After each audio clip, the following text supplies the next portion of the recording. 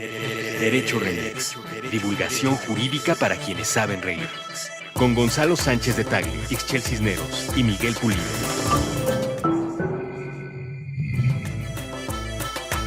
Buenos días, buenas tardes, buenas noches, bonita madrugada o cualquiera que sea esa circunstancia temporal en la que estén escuchando este programa de divulgación jurídica Derecho Remix.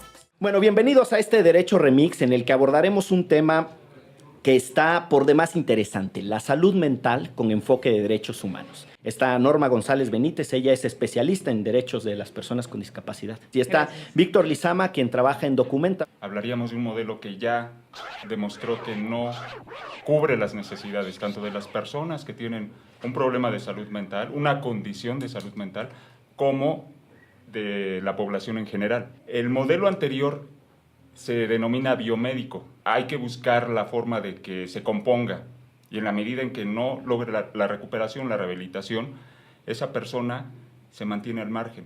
Todo se ha enfocado en atender estas situaciones a partir de la farmacología.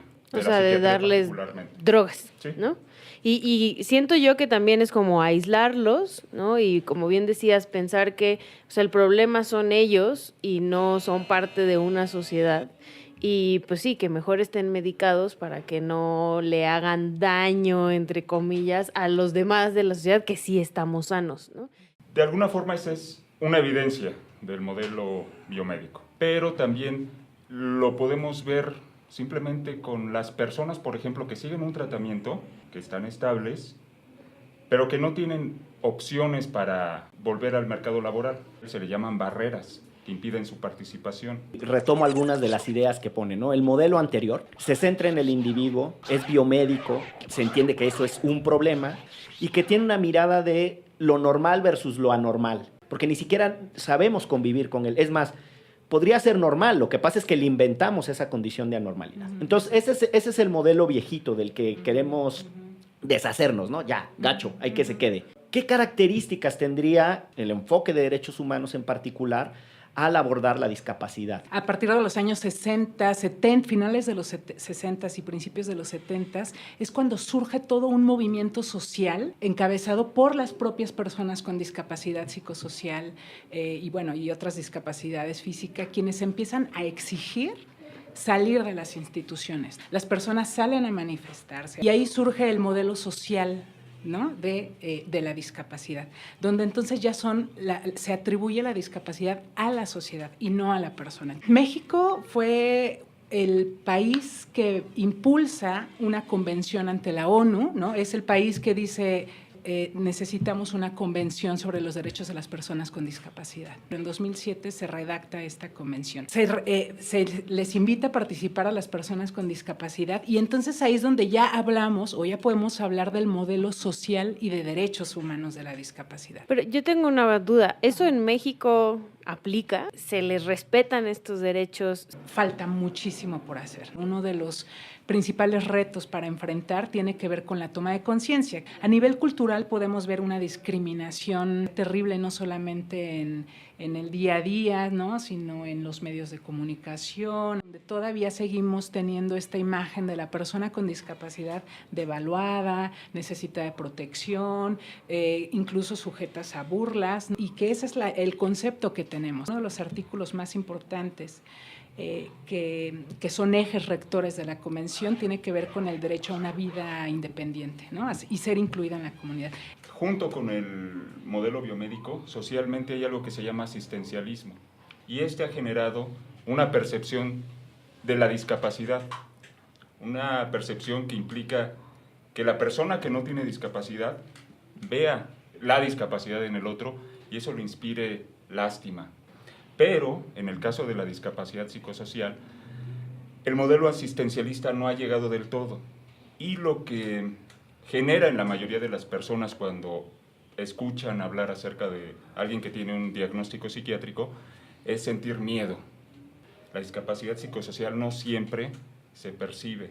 Pero nosotros mismos en la sociedad tenemos este estigma de que quien tiene una discapacidad psicosocial puede agredirnos, hacernos daño, ¿no? Entonces creo que todavía ahí el aislamiento es peor. Es más la violencia que reciben las personas con discapacidad psicosocial, sobre todo las mujeres, porque en este caso Se da muy frecuente, por ejemplo, que por una parte para evitar que tengan hijos se les esterilice o que sufran violaciones y ellas no puedan denunciar, ahí está más presente la violencia hacia el colectivo que de las personas con discapacidad psicosocial hacia otras personas, ¿no?, de la sociedad. No sé cuál es la diferencia entre lo verdaderamente psicosocial, y esa es mi pregunta, al tratamiento de cualquier otra enfermedad que no tiene un contexto social. La discapacidad surge cuando sale de ese entorno accesible y se enfrenta a, por ejemplo, querer entrar al metro y no hay elevadores. Justo la convención plantea que la discapacidad surge de la interacción entre la convención habla de deficiencias, insisto, ahora ya se habla más de limitaciones, cuando interactúan con las barreras sociales. Ese es el brinco que da el modelo, ¿no? Ya no hablar solamente de la persona y decir tú tienes discapacidad porque pues no caminas y entonces es tu problema y entonces te excluimos. Por eso es que la responsabilidad del Estado, de la sociedad, es cambiar los entornos, hacer las modificaciones necesarias a los edificios para que entonces puedan ser incluidas en la sociedad. Se tienen que hacer todos estos cambios procedimentales, estructurales y demás para que pueda ser incluida la persona con discapacidad. Y aquí, Norma, también hay algo que es importante destacar. Cuando se hace este tipo de adecuaciones para personas con discapacidad, toda la sociedad resulta beneficiada. Una rampa no solo le sirve al usuario de silla de ruedas, Sí, le sirve al de patineta también. Sí, exactamente. Al de la carriola. Al adulto mayor. Y curiosamente, cuando generamos inclusión para personas con discapacidad psicosocial, también estamos promoviendo una sociedad más saludable mentalmente, porque estas adecuaciones que mencionaba Norma también pueden ser para el resto de las personas. Entonces también ver la inclusión de este colectivo de personas con discapacidad va a ser benéfico para la sociedad completa. Vamos a hacer una primera pausa en este Derecho Remix. Regresamos a seguir con esta conversación a propósito de la salud mental con enfoque de derechos humanos y qué onda con la sociedad mexicana. Ontamos en ese asunto. Derecho Remix.